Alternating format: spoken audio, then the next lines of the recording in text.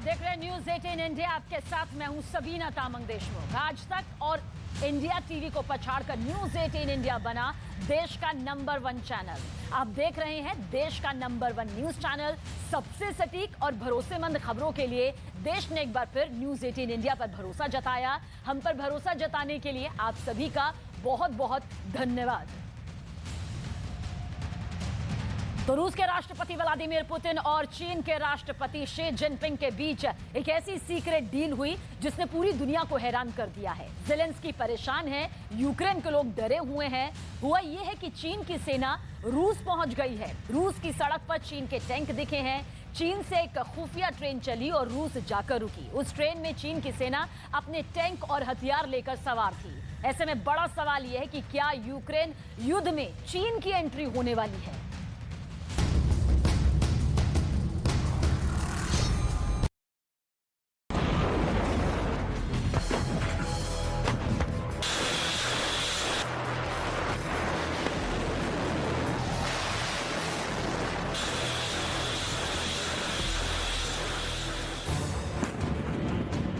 पहला फायर।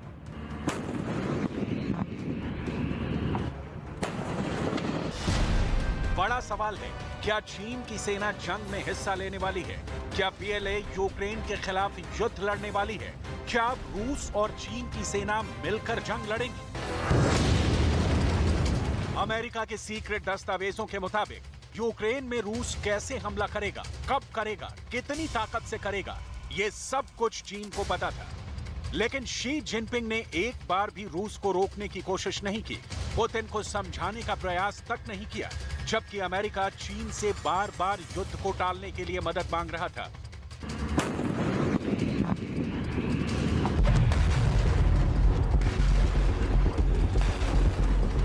युद्ध शुरू होने से काफी पहले से अमेरिका चीन से यूक्रेन को लेकर बात कर रहा था। रूस की फौज कहां-कहां तैनात है, इसके सबूत भी अमेरिका ने चीन को सौंपे थे।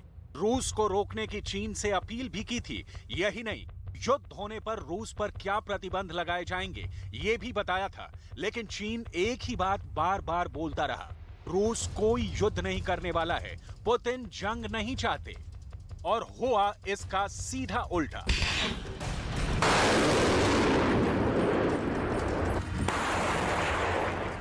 इतना ही नहीं, जंग शुरू होने से कुछ दिन पहले 8 फरवरी को पुतिन और जिनपिंग में कई सीक्रेट समझौते हुए।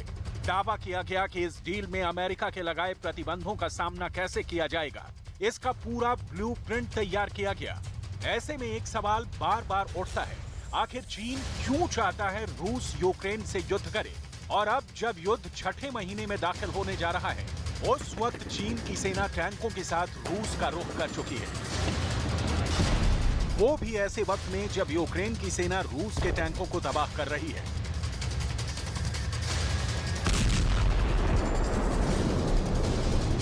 रूस के सैनिकों पर यूक्रेन लगातार ड्रोन स्ट्राइक कर रहा है।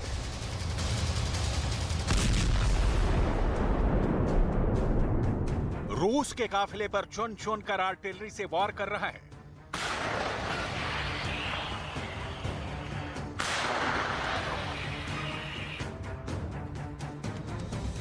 गाइडेड मिसाइल से लगातार आक्रमण कर रहा है। यूक्रेन बॉम्बर ड्रोन से रूस के टैंक तबाह कर रहा है।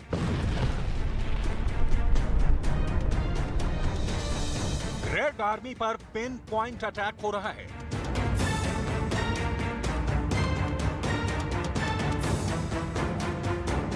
रूस की आर्टिलरी यूनिट पर यूक्रेन बारूद बरसा रहा है।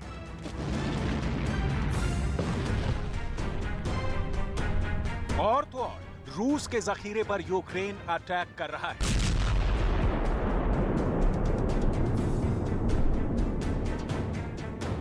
अमेरिका का दावा है कि यूक्रेन में जंग लड़ने आई रूस की आधी सेना खत्म हो चुकी है। ऐसे में बड़ा सवाल है कि क्या अब चीन की सेना यूक्रेन जंग में रूस का साथ देने वाली है या फिर किसी और मकसद से रूस की जमीन पर उतरी है? जवाब है, रूस में बहुत बड़ा युद्धाभ्यास। रूस में मल्टीनेशनल मिलिट्री एक्सरसाइज होने जा रही है। इसी में हिस्सा लेने के लिए चीन की पीपल्स लिबरेशन आर्मी रूस पहुंची है। ये युद्धाभ्यास 13 से 27 अगस्त तक चलने वाला है। जिसमें 37 देशों की सेना शामिल होगी। रूस इस युद्धाभ्यास को 2015 से करता आ रहा है, लेकिन ऐसा पहली बार हो रहा है जब इस युद्धाभ्यास को ऐसे वक्त में किया जाना है जब रूस यूक्रेन से जंग लड़ रहा है। जंग के बीच पहली बार रूस इंटरनेशनल आर्मी एक्सरसाइज को अंजाम देने वाला है। इससे पहले भी चीन की सेना युद्धाभ्यास करने रूस पहुंच चुकी है। रूस में अपने टैंकों का प्रदर्शन किया है, लेकिन दुनिया इस बात से डरी हुई है कि कहीं ऐसा ना हो कि इस बार इस युद्धाभ्यास के बहाने रूस आए चीन के टैंक वापस न जाकर यूक्रेन में गोले बरसाने लगे। पूरी दुनिया में पुतिन के बहुत ही खतरनाक युद्धाभ्यास का जिक्र चल रहा है। अमेरिकी मीडिया रूस के इस युद्धाभ्यास की खबर छाप रहा है। जापान में रूस के इस युद्धाभ्यास की बात हो रही है। अरब देशों की मीडिया में रूस की वॉर एक्सरसाइज चर्चा में है और यूरोप से लेकर चीन तक पुतिन की इसी युद्ध वाली तैयारी पर खबरें छप रही हैं। वैसे खबर यह है कि पुतिन की फौज 29 अगस्त से 5 सितंबर तक पूर्वी रूस में एक युद्धाभ्यास करने जा रही है। वॉस्टोक 2022 नाम की ये वॉर एक्सरसाइज साइबेरिया में ईस्टर्न मिलिट्री डिस्ट्रिक्ट में होगी। वो इलाका चीन के बॉर्डर के बहुत करीब है। इस बार युद्धाभ्यास में रूस के अलावा कई और देश भी शामिल होंगे, लेकिन वो कौन है इसका जिक्र अभी नहीं किया गया है। इस रिपोर्ट को समझाने के लिए अब आपको ले चलते हैं साइबेरिया के उस मैदान में जहां ये वॉर एक्सरसाइज होने वाली है। लेकिन उससे पहले इस युद्धाभ्यास को लेकर दुनिया खतरा क्यों महसूस कर रही है, उसकी एक बहुत मोटी वजह समझ लीजिए। क्योंकि ये बात समझ में आ जाएगी तो आपको रूस के दुश्मनों में पुतिन के खौफ का मतलब भी बहुत अच्छी तरह समझ में आ जाएगा।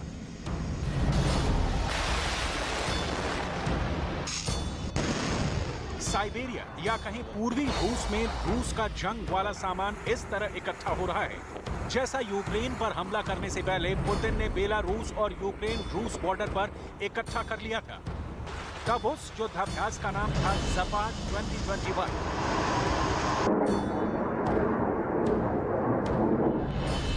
इसलिए सवाल उठ रहा है कि क्या ज़पाड 2021 की तरह पुतिन वॉस्टोक 2022 वाला युद्धाभ्यास करके कोई नया प्लान बना रहे हैं। पिछली बार जब वॉस्टोक 2018 वॉर एक्सरसाइज हुई थी तब 3 लाख सैनिक इसमें शामिल हुए थे। तब चीन की फौज भी इसमें पहली बार शामिल हुई थी। इस बार भी फौज बड़े पैमाने पर इकट्ठा हो रही है। साइबेरिया के मैदानों में रूस का भारी भरकम असलहा दुश्मनों को रौंदने वाली रणनीति के साथ उतरेगा। इस इलाके में जंग से ज्यादा जंग की टाइमिंग मायने रखती है, क्योंकि रूस का यह इलाका दुनिया का सबसे ठंडा इलाका बन जाता है। जब सर्दियों में यहां तापमान -50 डिग्री तक पहुंच जाता है, लेकिन यहां अभी होने जा रहा युद्धाभ्यास इतने क्रूर मौसम में नहीं होगा। रूस के अलावा यहां कुछ और देशों की फौज भी होंगी और सब मिलकर 2 हिस्सों में बढ़ जाएंगी। इसके बाद दोनों तरफ से हमले की प्रैक्टिस होगी, जैसा रूस ने यूक्रेन के पास अपनी सीमा पर किया था और फिर यूक्रेन पर हमला कर दिया था। सवाल है कि इस बार भी पूर्वी मोर्चे पर अगर इतने बड़े पैमाने पर फौज इकट्ठा होंगी तो क्या पुतिन यूक्रेन जैसी ही एक और जंग की तैयारी तो नहीं कर रहे? इसका डर अब जापान और अमेरिका को भी सताने लगा है।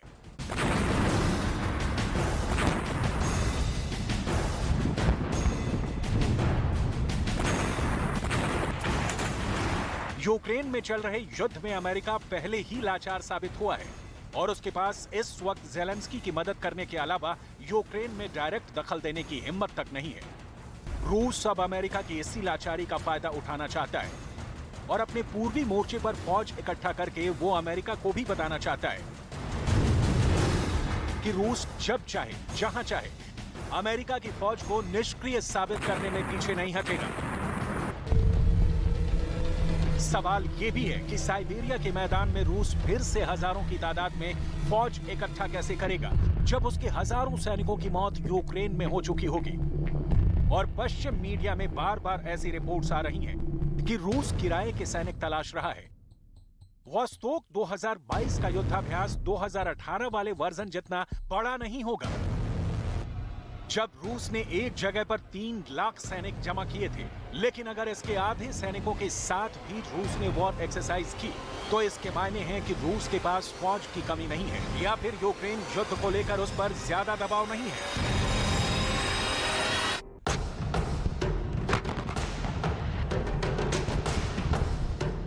पुतिन अमेरिका को भी बताना चाहते हैं कि दुनिया में यूक्रेन ही एक वॉर जोन नहीं है। पुतिन ये भी बताना चाहते हैं कि उनकी रेंज अनलिमिटेड है और उनके दायरे को छोटा ना समझा जाए।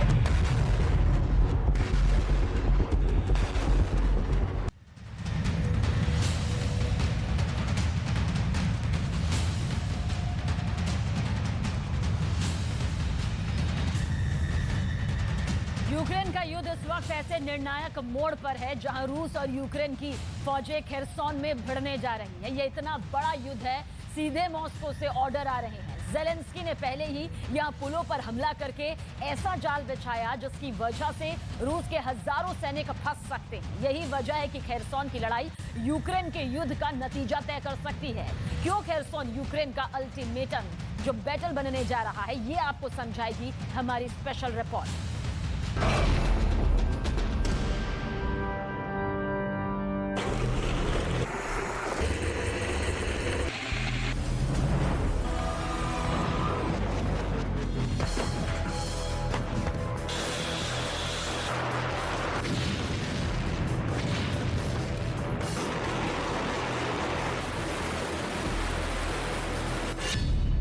सबसे बड़ा युद्ध होने वाला है।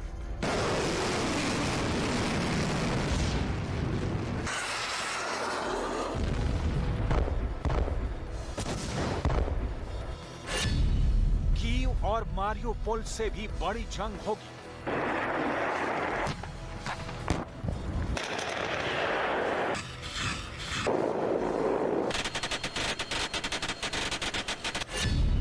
Battle of Kherson.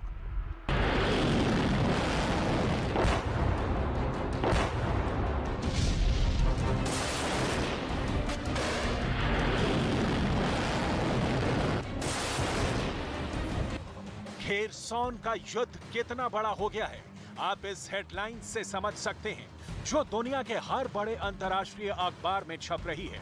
ब्रिटेन के अखबार डेली मिरर के इस हेडलाइन का मतलब है कि यूक्रेन में अपनी सेना की हार की स्थिति में पुतिन के लिए भागने की प्लानिंग तैयार की गई है। लेकिन अखबार का दावा यह भी है कि पुतिन रूस को तभी छोड़ेंगे जब रूस की सेना खेरसॉन में युद्ध हार जाएगी और यूक्रेन की स्थिति डॉनबास में मजबूत हो जाएगी। सवाल यह है कि क्या ज़ेलेंस्की का कोई नया प्रोपेगेंडा है जो पुतिन को बदनाम करने के लिए है, या फिर वाकई पुतिन ने अपने रेस्क्यू का भी पूरा प्लान बना रखा है। पिछले 1 महीने से लगातार युद्ध में परिस्थितियां ऐसी बन गई हैं कि अब खेरसॉन ही यूरोप का कुरुक्षेत्र बनने जा रहा है। अब यहीं पर फैसला होगा, ज़ेलेंस्की जंग में वापसी करेंगे या फिर नहीं।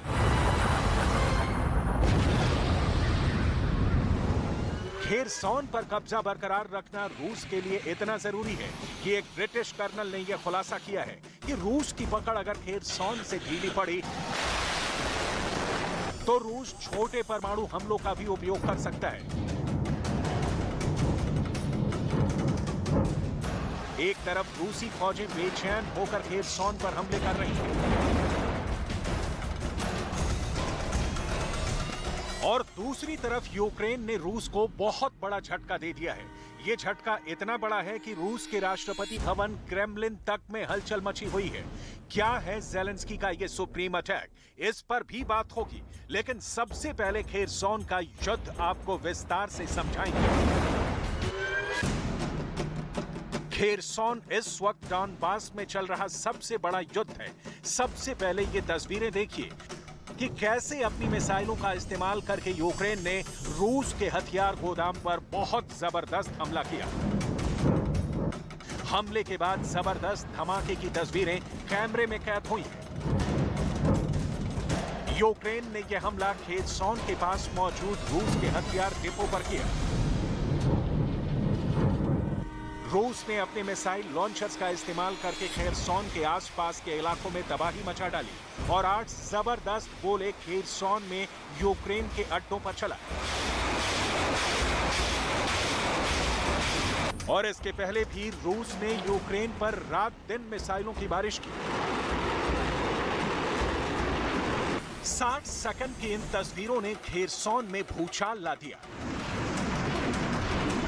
ये सारी तस्वीरें देखकर आपको समझ में आ गया होगा कि यूक्रेन और रूस ने इस वक्त खेरसॉन पर ही अपना पूरा फोकस रखा है और दोनों फौजों ने अपनी जान की बाजी लगाने की तैयारी कर ली है।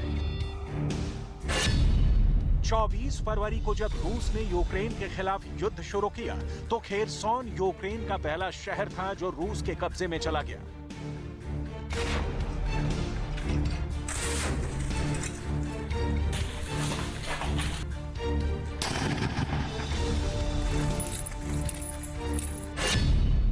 अगर आप इस मैप को देखेंगे तो आपको ये बात समझ में आ जाएगी कि आखिर खेरसॉन में रूस को एडवांटेज क्या है। दरअसल खेरसॉन शहर क्राइमिया के पास है और पूरे क्राइमिया पर साल 2014 में ही रूस ने कब्जा कर लिया था। क्राइमिया से कादिरव के लड़ाकों ने और रूसी सेना ने खेरसॉन पर जबरदस्त दबाव बनाया और युद्ध के एक हफ्ते के अंदर ही खेरसॉन पर पुतिन के फौलादी पंजे की पकड़ बन गई। 24 फरवरी की शाम को ही रूस की सेनाएं खेरसॉन के अंदर दाखिल हो गई। खेरसॉन पर कब्जे के बाद रूस को 3 रणनीतिक लाभ मिले। पहला, माइकोलाइव पर हमला करने का रास्ता खुल गया। दूसरा, सामरिक दृष्टि से बेहद महत्वपूर्ण नाइपर नदी पर रूस का कब्जा हो गया। तीसरा ये कि खेरसॉन में मौजूद 1.5 किलोमीटर लंबे एंटोनोवस्की ब्रिज पर भी रूसी सेनाओं का कब्जा हो गया। अब एंटोनोवस्की ब्रिज पर रूस का कब्जा इसलिए महत्वपूर्ण था क्योंकि क्राइमिया पर पहले से ही रूसी कब्जा है और यहीं से रूस के सैनिकों को डॉनबास में रसद भेजी जाती है और डॉनबास के बाकी इलाकों में रसद पहुंचाने के लिए एंटोनोवस्की ब्रिज बेहद महत्वपूर्ण है। 25 फरवरी को रूस की फौजों ने खेरसान के एंटोनोवस्की ब्रिज पर कब्जा किया था और 1 मार्च की सुबह दोबारा यूक्रेन की सेनाओं ने इसी ब्रिज पर कब्जा करने के लिए बहुत जबरदस्त जंग लड़ी। ज़ेलेंस्की के लड़ाकों ने अपनी जान की बाजी लगा दी। टैंक, गोलों, मिसाइलों की झड़ी लग गई।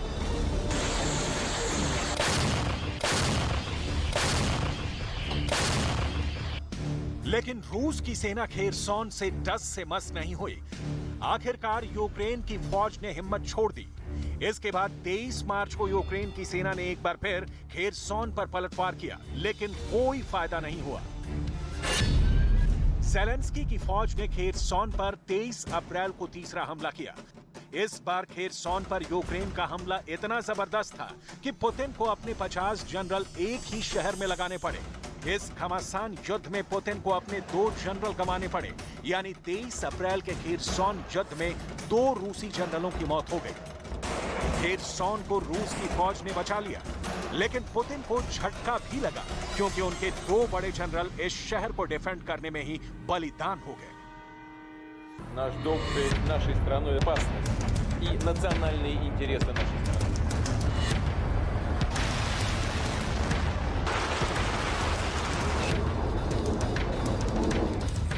अब 3 बार बहुत जबरदस्त हमले करने के बाद भी जब ज़ेलेंस्की खेरसॉन पर दोबारा कब्जा हासिल नहीं कर पाए तो उन्होंने एक बहुत बड़ी चाल चली।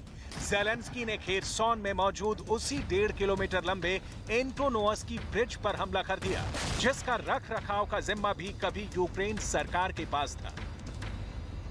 यानी यूक्रेन ने अपने ही ब्रिज को मिसाइलों से हमले करके उड़ा दिया।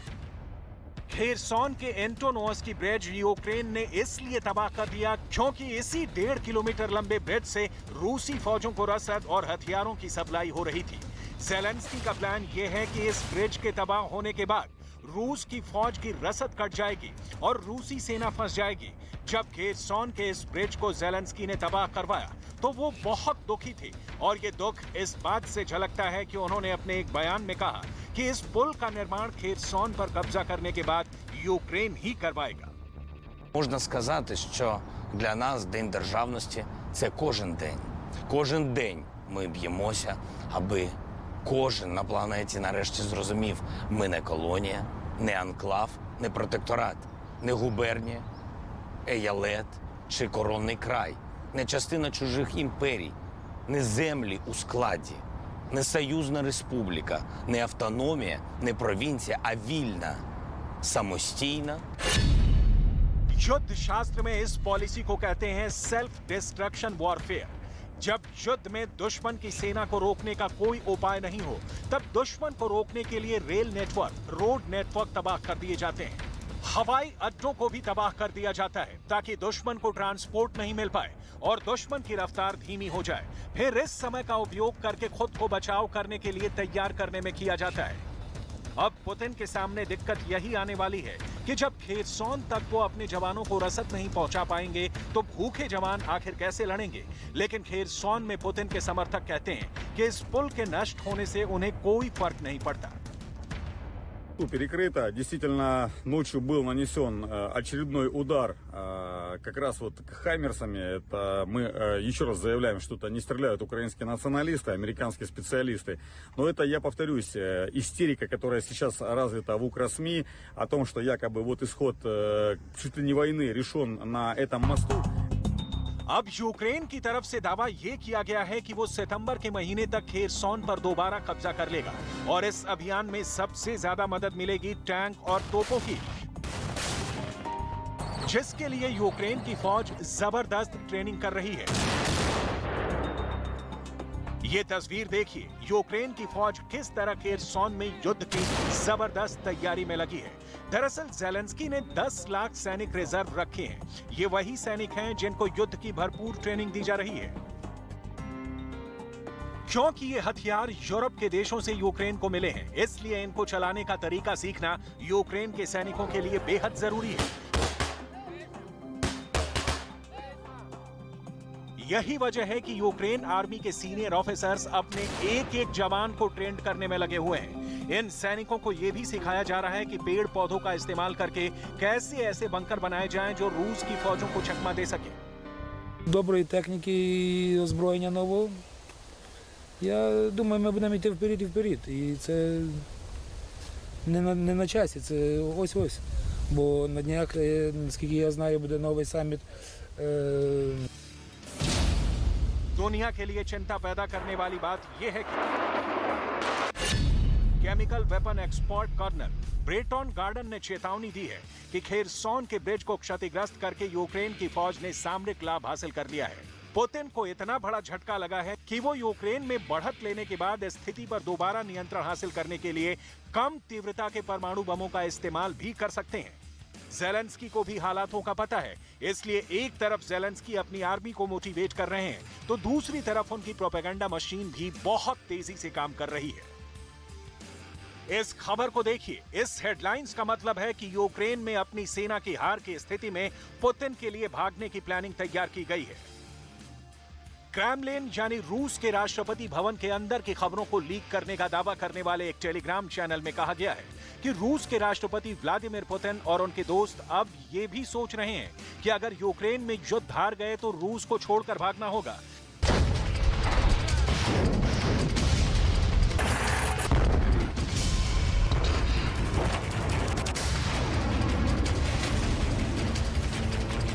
आज इस बात पर भरोसा करना बहुत मुश्किल है, लेकिन नोट करने वाली अहम बात यह भी है कि ब्रिटेन के अखबारों में ये खबरें प्रमुखता से छापी जा रही हैं। अखबारों में यह भी दावा किया गया है कि अभी हाल ही में हुए ईरान के दौरे के दौरान पुतिन और तुर्की के राष्ट्रपति एर्दोगन ने बातचीत की थी।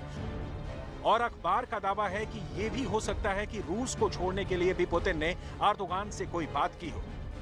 उसकी वजह यह है कि अगर पुतिन अपने दोस्त सीरिया के राष्ट्रपति बशर अल असद के किसी सुरक्षित ठिकाने पर जाते हैं तो उनको तुर्की के आसमान में उड़ान भरना होगा और नेटो का मेंबर होने की वजह से तुर्की के लिए इसकी इजाजत देना मुश्किल है। कुल मिलाकर ये समय दुनिया में भारी उथल-पुथल का समय है और पुतिन का भविष्य भी यूक्रेन के युद्ध के नतीजों से ही तय होने जा रहा है।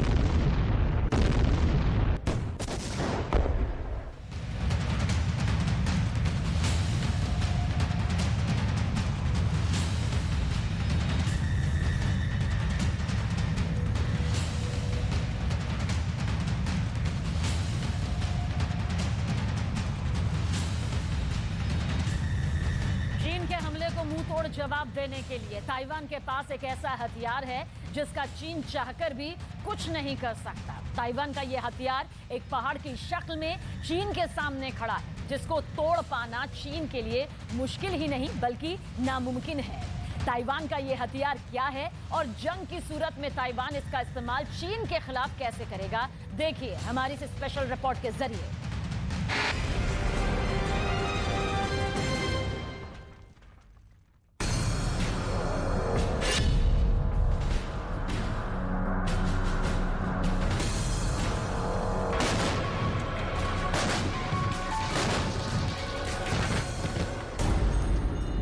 ताइवान देगा चीन को करारा जवाब।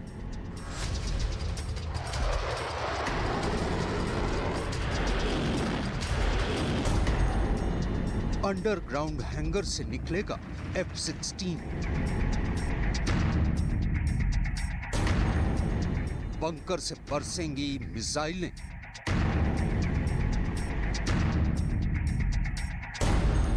गुफाओं से फाइटर जेट भरेंगे उड़ान।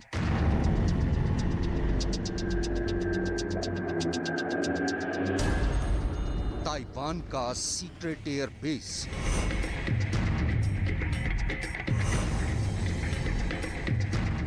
ये ताइवान के सबसे बड़े युद्धाभ्यास की तस्वीरें हैं। इन तस्वीरों के जरिए ताइवान चीन को एक मैसेज देना चाहता है। मैसेज कि अगर चीन ने ताइवान पर कब्जा करने की जिद में उस पर हमला किया तो उसे मुंह तोड़ जवाब दिया जाएगा। दरअसल इन तस्वीरों में ड्रैगन के लिए एक नसीहत, एक चेतावनी भी छिपी है। लिहाजा ताइवान ने चीन को आगाह करने के लिए अपने अब तक के सबसे बड़े युद्धाभ्यास की तस्वीरें रिलीज की हैं।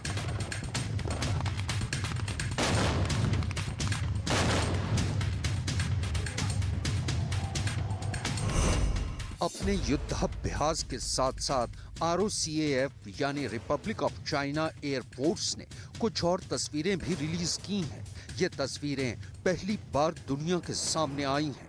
इन तस्वीरों को देखकर ही लगता है कि ताइवान ने भी चीन को करारा जवाब देने की पूरी तैयारी कर ली है। आपको इन तस्वीरों में छिपी चेतावनी को समझाने से पहले इन तस्वीरों को तफसील से समझाते हैं। इस पहली ही तस्वीर में आपको ताइवान एयरफोर्स के 3 जवान एक फाइटर जेट में एक मिसाइल को फिट करते दिखाई दे रहे हैं। ये AGM-84L harpoon anti ship missile है।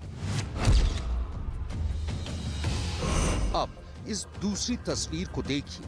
इस तस्वीर में आपको ताइवानी एयरफोर्स के 4 जवान फाइटर जेट में दूसरी तरह की मिसाइल फिट करते दिखाई दे रहे हैं। ये मीडियम रेंज की air to air AIM-120C AMRAAM missile है। इसी तस्वीर को जरा ध्यान से देखिए। AIM-120C मिसाइल के नीचे एक और मिसाइल लगी है। ये AIM-9LM साइड वाइंडर्स मिसाइल है। इन मिसाइलों पर लगी भूरे और पीले रंग की पट्टियां ये बताने के लिए काफी हैं कि ये मिसाइलें एक्टिव हैं। मिसाइलों पर लगी नीली पट्टियां ये बताती हैं कि इन मिसाइलों के अंदर हथियार लोडेड हैं।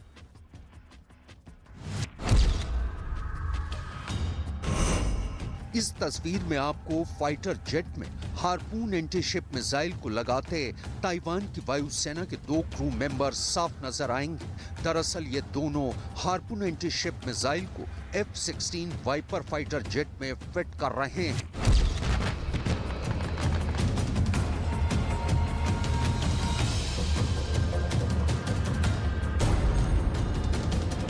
आइए अब आपके सामने इन तस्वीरों के पीछे के राज को भी खोल देते हैं। दरअसल ये तस्वीरें ताइवान की वायुसेना के एक अंडरग्राउंड बेस की हैं और ताइवान की वायुसेना के सीक्रेट अंडरग्राउंड बेस की ये वो तस्वीरें हैं जो पहली बार दुनिया के सामने आई हैं। ताइवान वायुसेना के मुताबिक उसने अपनी सालाना हानकुआंग मिलिट्री एक्सरसाइज के दौरान अपने लड़ाकू विमानों को दुरुस्त और तैयार करने की इन एक्सक्लूसिव तस्वीरों को रिलीज किया है। ताइवान वायुसेना का ये भी कहना है कि ROCF के फाइटर जेट्स इन बंकरों के अंदर से निकलकर सॉर्टी करते हैं और उसके बाद वापस इन्हीं अंडरग्राउंड बेस में चले जाते हैं।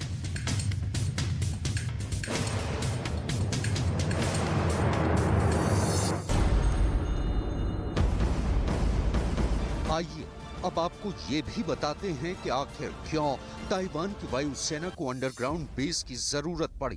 दरअसल ताइवान पर चीन के हमले के मद्देनजर ताइवान की वायुसेना ने चीन के हमलों से बचने के लिए अपने फाइटर जेट्स को सुरक्षित रखने के लिए ये सुरंग नुमा हैंगर्स बनाए हैं। ताइवानी एयरफोर्स के मुताबिक ये सुरंग नुमा हैंगर कई एयरबेस को आपस में जोड़ती हैं।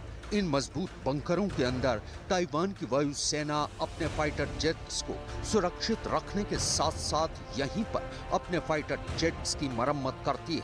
इतना ही नहीं, जंग के सूरत हाल में ताइवान के फाइटर जेट्स को इसी अंडरग्राउंड बंकर में बम, रॉकेट और मिसाइलों से लैस भी किया जाता है।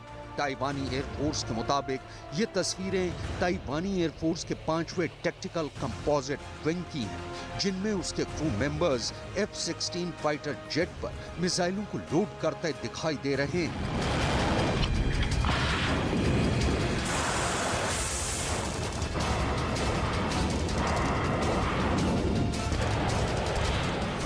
दरअसल अमेरिका के F-16 को दुनिया का सबसे सफल फाइटर जेट माना जाता है और ताइवान की वायुसेना भी इसी F-16 का इस्तेमाल करती है। F-16 fourth generation multi role fighter jet है। F-16 को फाइटिंग फैल्कन और वाइपर के नामों से भी जाना जाता है। F-16 की लंबाई 49.3 फीट, विंग स्पैन 31 फीट और ऊंचाई 16.7 फीट है। ये 2400 किलोमीटर प्रति घंटे की रफ्तार से उड़ सकता है।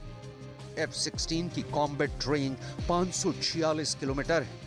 F-16 पर एयर टू एयर और एयर टू सरफेस मिसाइलें लोड की जा सकती हैं। इसके अलावा ये परमाणु मिसाइलें ले जाने में भी सक्षम है। F-16 पर 9 जगहों पर बम और मिसाइलें फिट की जा सकती हैं। F-16 हर मौसम में अपने लक्ष्य का निर्धारण कर सकता है। F-16 21,772 किलो वजन के हथियार और ईंधन के साथ उड़ान भर सकता है। ताइवान को अपनी सुरक्षा के इतने पुख्ता इंतजाम क्यों करने पड़ रहे हैं? ये बात ताइवान की राष्ट्रपति साई इन वेंग ने एक प्रेस कॉन्फ्रेंस के दौरान कह दी। 知道守护台湾不只是为了守护主权，也更是因为就区域战略安全而言，台湾是第一岛链上非常关键的防线。我们会跟日本以及其他民主伙伴继续深化合作，共同维护印太区域的和平稳定。